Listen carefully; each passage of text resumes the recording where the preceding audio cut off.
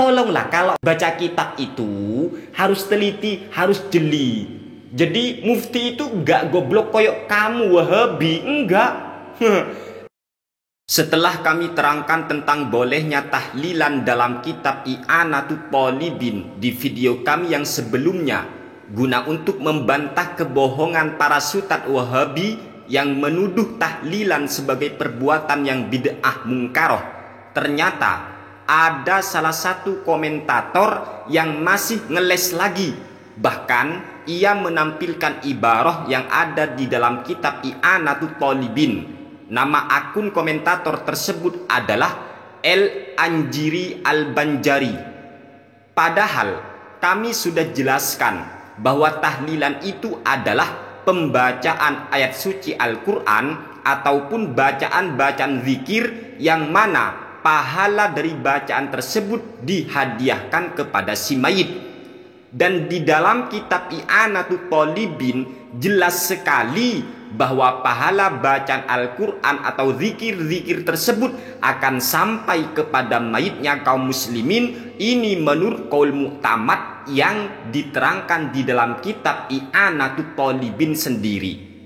Akan tetapi sayang sejuta sayang, pemilik akun El-Anjiri Al-Banjari ini masih berkata, "Maaf Ustadz, permasalahan bukan masalah sampai atau tidaknya pahala, tapi masalah kumpul setelah dikuburnya mayit."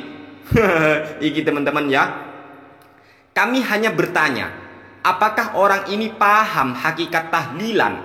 Kalau kita berbicara tentang tahlilan, maka secara otomatis berarti kita bicara tentang masalah sampai atau tidaknya pahala bacaan Al-Quran atau zikir kepada mayit. Karena inilah yang dimaksud dengan tahlilan yang ada di dalam masyarakat. Jadi orang ini tidak nyambung teman-teman. Akan tetapi dia itu masih ngotot untuk melarang tahlilan. Makanya orang ini mencantum ibarat yang terdapat di dalam kitab I'anatul Talibin dan dengan langsung mencomot fatwa dari sang mufti. Padahal fatwa dari sang mufti ini sebagai jawaban dari pertanyaan tentang masalah takziah, bukan masalah tahlilan. Coba kalau mau mengutip isi kitab para ulama itu jangan langsung dipotong-potong koyok ngene. Mana ada sebuah jawaban, tidak ada pertanyaannya. Hai pemilik akun Al-Anjiri Al-Banjari, mana pertanyaannya?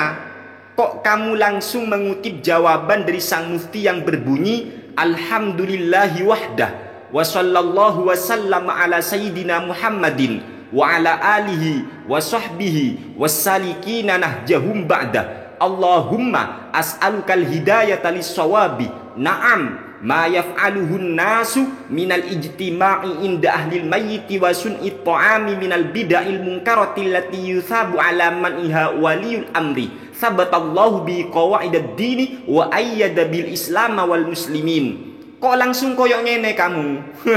Padahal jawaban dari sang mufti ini sangat jelas sekali bahwa beliau itu merespon pertanyaan yang sebelumnya diajukan kepada beliau. Apa isi dari pertanyaannya? Di sini begini pertanyaannya. Apa pendapat sang mufti yang mulia di tanah haram tentang masalah urf khos yang ada di sebuah negeri atau wilayah yang mana ketika ada orang yang meninggal dunia, pada waktu itu para teman dan tetangganya datang bertakziah. Namun sayangnya terjadi sebuah tradisi pada waktu itu, mereka yang bertakziah tersebut menunggu makanan. Lah, iki pertanyaannya ya. Jarol urfu bi annahum yantaziruna ta'amah wa min ghalabatil haya'i ala ahlil mayyiti yatakallafuna takallufat tam. Jadi jarol urfu, terjadi sebuah tradisi bahwa mereka itu menunggu makanan ketika bertakziah.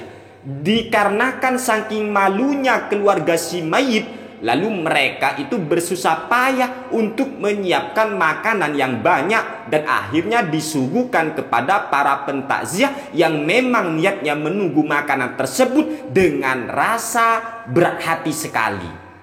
Ini pertanyaannya. Oleh sebab itulah ya baru dijawab oleh sang mufti. Kalau seperti itu, yo naam, ya jelas haram lek koyok gitu haram. Ma yaf'aluhun nasu minal ijtima'i inda ahlil mayyiti wa sun'i ta'ami minal bid'il munkarati allati yusabu ala man'iha waliyul amri. Jadi jelas apa yang dilakukan oleh masyarakat, yaitu mereka berkumpul di keluarga si mayit untuk menunggu makanan dan disediakan makanan untuk mereka.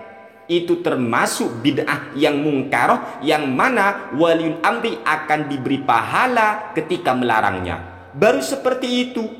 Jadi ingat, jawaban itu harus sesuai dengan konteks pertanyaan. Dan perlu diketahui oleh semua pendengar, utamanya pemilik akun El Anjiri Al-Banjari ini, agama Islam tidak pernah melarang umatnya untuk berkumpul selama tidak ada kemaksiatan di dalam perkumpulan tersebut.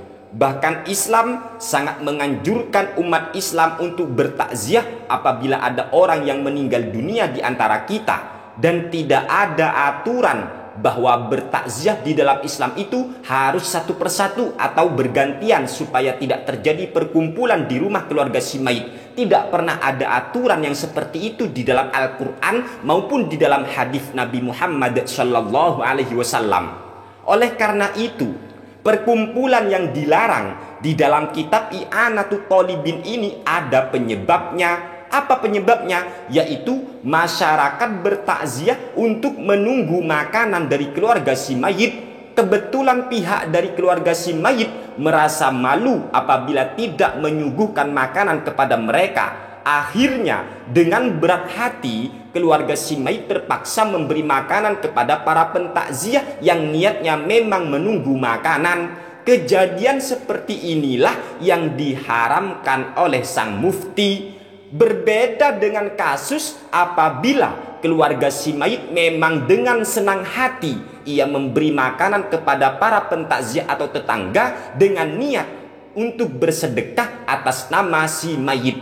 Jelas ini hukumnya tidak haram karena bersedekah atas nama mayit itu merupakan ajaran Rasulullah Shallallahu Alaihi Wasallam. Sehingga dalam kitab I'anatut Thalibin sendiri, tepat di juz ketiga halaman 375, di sini dijelaskan wa tanfa'u mayyitan min warithin wa ghairihi shadaqatun anhu wa minha waqfun li mushafin wa ghairihi. Dan bermanfaat untuk si mayit apa yang dilakukan oleh ahli warisnya ataupun orang lain, yaitu bersedekah atas nama si mayit.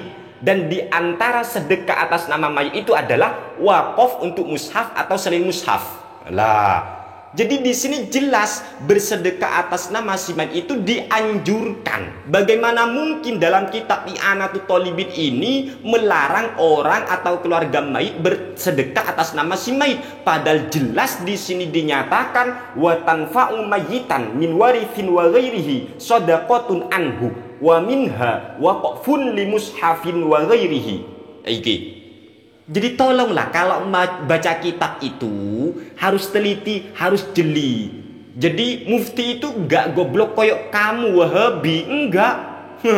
Dan ingat ya, as-su'alu mu'adun fil jawabi. Artinya, maksudnya jawaban itu harus sesuai dengan konteks dari pertanyaannya. Jadi sang mufti itu mengharamkan kejadian tersebut karena kronologis pertanyaannya adalah pentakziah itu datang menunggu makanan. Karena saking malunya pihak keluarga mayit, akhirnya mereka sangat terpaksa menyuguhkan makanan.